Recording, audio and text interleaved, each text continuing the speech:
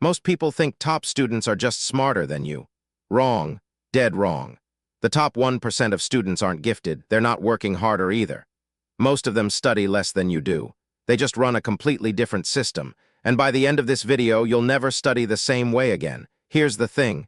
School taught you how to memorize, it never taught you how to learn. Those are two different skills. One is a party trick that fades by next week. The other is a weapon. Today, I'm going to hand you the entire system the top 1% use. 6 layers. Each one stacks on the last. Miss one and the whole thing leaks. Let's go. Chapter 1. The environment. Here's what average students do. They study with their phone face up on the desk, notifications on. A tab open with music videos, maybe the TV on in the background. They call this studying. It's not. It's pretending. A University of California study found that a single interruption costs you 23 minutes to fully refocus. 23 minutes. The average student checks their phone every few minutes. Do the math, you never actually reach focus. You live in a shallow fog and call it work. The top 1% treat focus like a sacred ritual. Cal Newport calls it deep work. Phone in another room, not face down. Another room. One tab, one task. A real deadline on a timer. They do 90 minutes of this and outlearn you doing 6 hours of fake studying. Depth beats duration every single time, but here's the problem though. A focused brain still forgets. Focus gets the information in. It doesn't lock it down. Chapter 2. Active recall.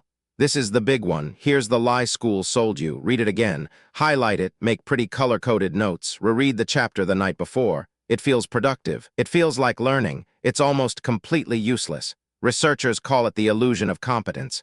When you reread something, you recognize the words. That recognition feels like knowing. It isn't. You're just getting familiar with the shape of the page. The top 1% do the opposite. They close the book and force the information out of their own head, from memory, painfully. A blank page and a question.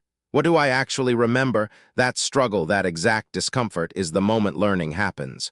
Roediger and Karpicke proved it in 2006. Students who tested themselves remembered 50% more than students who just reread the material. 50%.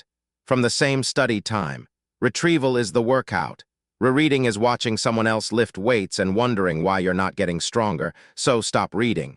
Start testing. Close the book and rebuild it from nothing. If it feels easy, you're not learning. If your brain is sweating, it's working. But here's the problem, though. You can recall something perfectly today and lose it completely by Friday. Chapter 3. Spaced repetition. Your brain is a leaky bucket. This isn't an insult. It's biology.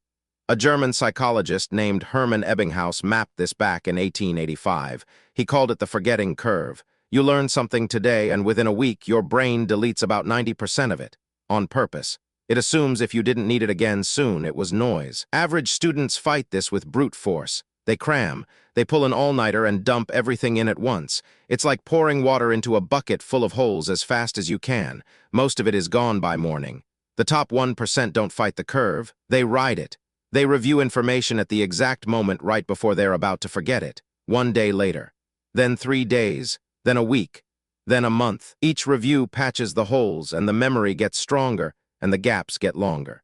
This is the entire principle behind software like Anki, the flashcard app medical students basically live inside. 5 minutes a day on a schedule beats 5 hours of panic the night before.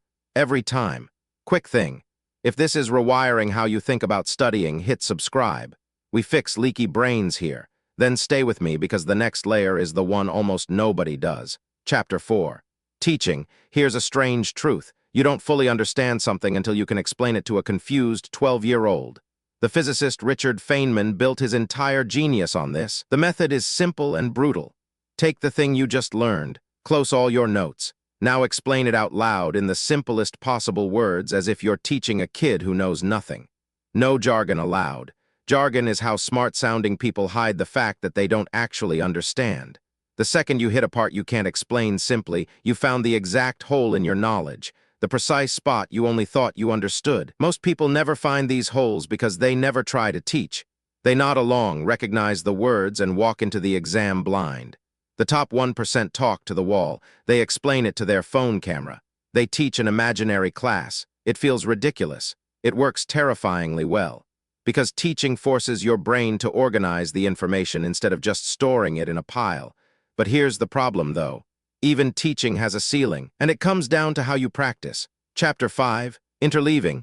Here's a mistake that feels right but quietly wrecks you. You study one topic until you've got it, then you move to the next, then the next. One block at a time, it feels organized, it feels disciplined. It's a trap. When you grind one topic in a long block, your brain gets lazy. It stops working to recall the method because it already knows what's coming next. Psychologists call this blocked practice, and it builds confidence without building skill. The top 1% do the opposite. They interleave, they mix it. One problem of this type, then a different type, then a third, then back. It feels harder. It feels messy. You make more mistakes. That is the entire point. When the next problem is always different, your brain is forced to ask one question. Wait, which method does this one actually need? That question, asked over and over, is the exact skill the exam tests, because real problems never come with a label telling you which chapter they're from. A study on college students found interleaving boosted their test scores by up to 43% over blocked practice. Same problems, same study time, just shuffled, harder in the room, easier in the exam. But here's the problem, though. You can master all 5 of these layers and still lose half of it overnight if you get the last one wrong. Chapter 6. Sleep. This is where most students sabotage everything. They think sleep is the enemy of studying. Time you could spend cramming. Wrong. It's the opposite. Sleep is the save button. When you sleep, specifically during deep sleep, your brain takes everything you learned that day and moves it from temporary storage into permanent storage. The neuroscientist Matthew Walker showed that students who pull all-nighters can have up to 40% less ability to form new memories. 40%. You stayed up all night to study and made your brain worse at the one thing you needed. Studies also show sleep-deprived people have the same cognitive impairment as someone legally drunk. You wouldn't take an exam drunk, but you'll take it on 4 hours of sleep and call yourself dedicated. The top 1% protect their sleep like it's part of the curriculum, because it is. You don't learn it the night you study it. You learn it the night you sleep on it. So there it is. The full system. Lock in deep focus. Pull the information out with active recall. Lock it down with spaced repetition. Bulletproof it by teaching it. Sharpen it by interleaving. And let sleep carve it into your brain. That's how someone studies 2 hours and beats you studying 10. They're not smarter. They just stopped studying like an amateur. But here's the thing, though. Even with this entire system, there's still one thing holding you back. Speed. You can learn perfectly and still take forever to get started because your focus collapses the second things get hard. That's why I made the video breaking down how to focus on command, the way the elite do it. Watch it next, and subscribe before you forget.